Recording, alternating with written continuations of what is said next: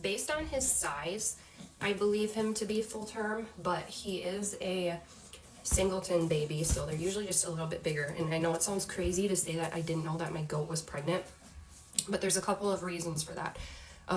Obviously, normally when a goat gets pregnant, they get huge, and my does do. They get very wide.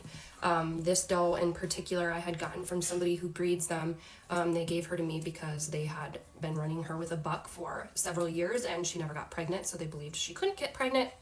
And the other thing is, we don't have a buck anymore. So last night I went out to the barn, and she was acting a little funny. It's normally the first one at the gate to greet me, and she was hanging back in the barn and just kind of making some funny noises. And I went to check on her, and the thought kind of crossed my mind. I'm like, could she be pregnant? Because she's just like lingering around the barn acting weird. So I checked her. Her belly wasn't very big, like at all. I pushed on it. The only thing that I did notice, and I told Matt, is then like her teats looked big. And I was like, that usually only happens when they're about to kid. But I'm like, there's no way she can be pregnant. And I mean, lo and behold, I went out this morning, and when I was feeding the goat, she didn't come out of the barn, and I heard her make a funny noise. So I went to go check on her, and this guy was laying in the corner, and he was hypothermic.